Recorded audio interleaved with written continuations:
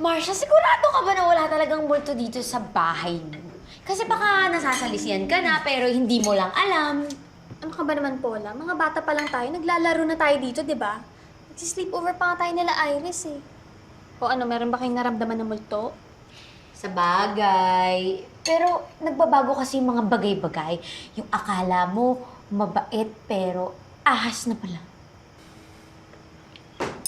Oo nga pala, Marcia. Natatandaan ko kasi dati, nung mga bata tayo, madaming family pictures dito. But ngayon, kahit isa wala na. Pinagtatanggal ko na. Nalulungkot kasi ako kapag nakikita ko.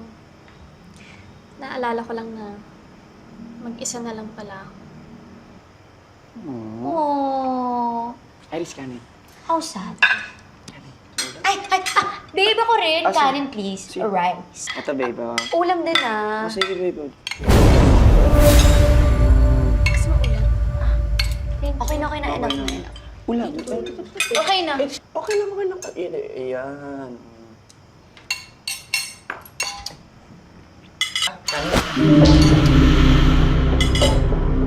Uy!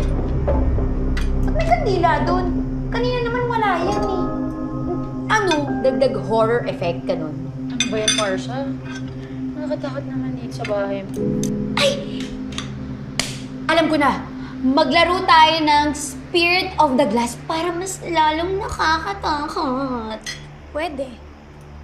Actually, andyan pa naman yung ginawa nating board dati. O sige na, sige na. Bilisan nyo kumain, tapos pagkatapos natin kumain, maglaro na tayo. Kasi kailangan mabawasan yung mga bad spirit. Dumadami. Kain ka na, babe. Kain na.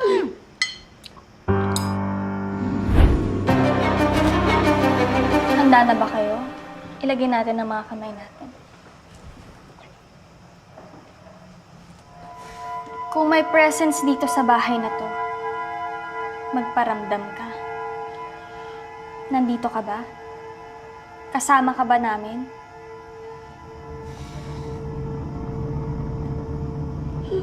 See, nag-no siya. So it means walang multo dito. Nag-no nga eh. At saka parang may nararamdaman ako kanina na malamig sa kanan ko. Nag-no nga, di ba? Tigil na nga natin to. May gumalaw. Gumalaw! At nararamdaman ko, meron talaga. Ako magtatanong. Balik niyo kami. Dini. Anong pangalan mo? Bakit ka nandito?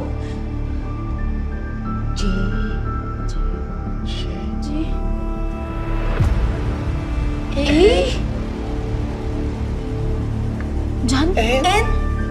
John? Jane? Sino Jane? OMG! Si Jane, siya yung binubuli nito ni Paula nung 13 years old pa lang kami. Hoy, bakit ako? Tayong tatlo yun. Nakikisama lang kami, no? Di ba, lagi mo siyang binubuli kasi kamukha siya ni Marcia. Tapos sabi mo, hindi ka papayag na may mas maganda pa sa school kesa sa ating tatlo. Uy, hindi naman.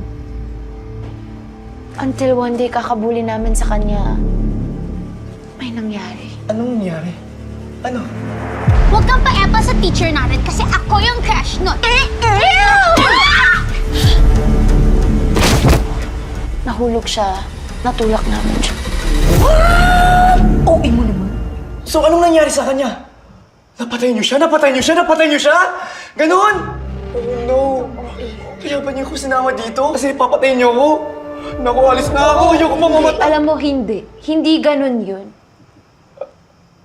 But, you know, we never heard from her again. Okay.